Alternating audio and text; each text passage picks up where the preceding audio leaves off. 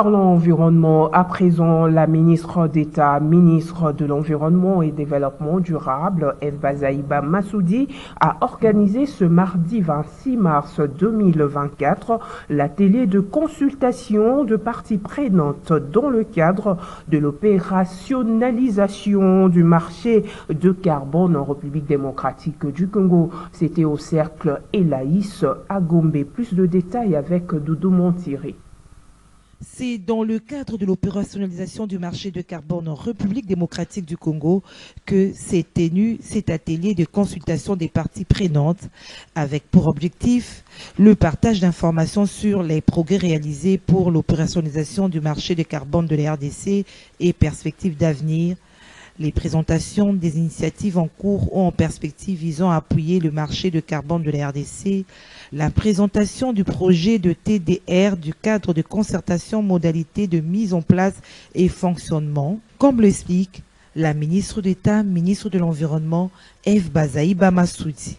Concertation, en tout cas, de toutes les parties prenantes. Nous avons ici les parties telles que à la fois les partenaires techniques et financiers, dont les pays ont des industries émettrices, n'est-ce pas, de CO2.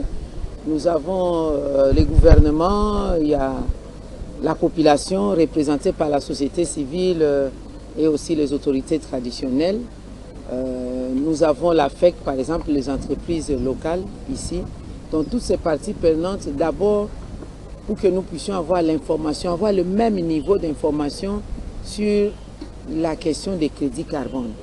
Parce que quand il n'y a pas d'information, il y a des spéculations. Ça va dans tous les sens. Surtout que derrière cette question des crédits carbone, il y a des chiffres. C'est comme si c'était des chiffres des transferts des joueurs de football.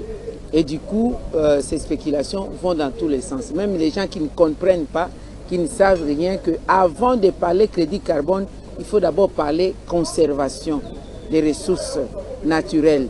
Et il y a plusieurs sortes de carbone, de crédits carbone, non seulement des carbones forestiers, il y a des carbones stockés par des tourbières, il y a aussi des crédits carbone qu'on peut obtenir par les évitements, c'est-à-dire dans la réduction, si vous faites des procédés du genre à réduire les émissions avec les systèmes de l'énergie ou les foyers améliorés et tout, on calcule les gaps qui auraient dû être considérés comme des dioxydes de soufre ou des dioxydes de carbone émis dans l'atmosphère, eh bien vous pouvez capter les crédits carbone.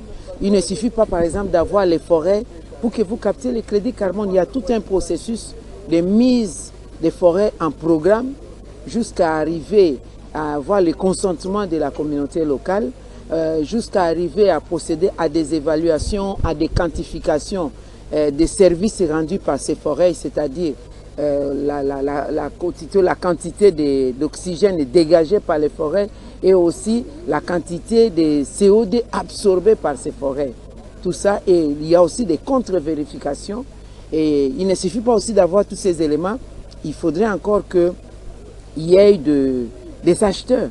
Parce qu'on est là dans l'offre et la demande. Les résultats attendus de cet atelier et les informations sur les progrès réalisés par la RDC pour l'opérationnalisation du marché des carbones soient partagés et les perspectives d'avenir communiquées, présenter les initiatives en cours ou en perspective par des partenaires de la RDC visant à accompagner la mise en place du marché carbone, du carbone du pays, présenter le projet de TDR du cadre de concertation, aussi des échanges sur les modalités de mise en place et de fonctionnement.